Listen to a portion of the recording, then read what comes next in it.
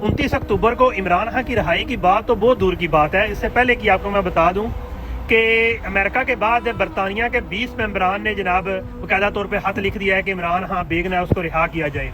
America और बरतानिया ये दो सुपर पावर हैं, इनकी एक डिप्लोमेटिक अप्रोच है, उन्होंने वो यूज़ की है। यानी कि अमेरिका के 100 में से 63 सेंटर और बरतानिया के 20 मेंबरान ने बाकायदा तौर पे जो है ना रिहाई के लिए, इमरान खान की रिहाई के लिए एक लेटर लिख दिया है। और ये क्यों किया है? क्योंकि ये दुनिया को बताना चाहते हैं, यानी कि दुनिया की आधी पावर इनके पास है, बताना चाहते हैं कि इमरान खान एक अच्छा बंदा था, एक ताकतवर इंसान था, एक अच्छा लीडर था, अवाम में पसंद किया जाता था। और हमने जनाब ये कोशिश की और इमरान अपनी डिप्लोमेटिक अप्रोच के जरिए इमरान खान को रिहा कर दिया।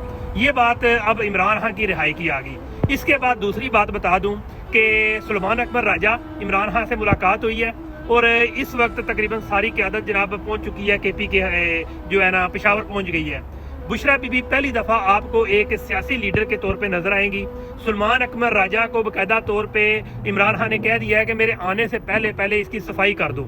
जो भी जनाब जो PTI के लिए जनाब मुनाफकत के हिसाब से साथ चलता रहा उसको निकाल दो, और जो PTI के लिए वाकई हक में है वो साथ रहेंगे।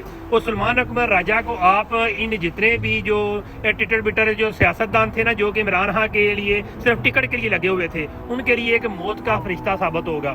और आपको जनाब ये चीज़ें कल से ही नजर आनी शुरू हो जाएंगी। यानी कि इमरान खान के आने से पहले पहले पहले सफाई होगी, ये जितने भी टिटर बिटेर जितने भी हैं, और बुशरा बीबी भी आपको एक सियासी लीडर के तौर पे नजर आएगी। तीसरी बात, बरतानिया और जो अमेरिका ने मिल के अपनी डिप्लोमेटिक अप्रोच के जरिए इमरान खान को निकाल के लोगों को बताना है कि दुनिया को बताएंगे कि हमने ये बहुत बड़ा काम किया है। और चौथी बात जनाब आपको अगले ब्लॉग में बताऊंगा।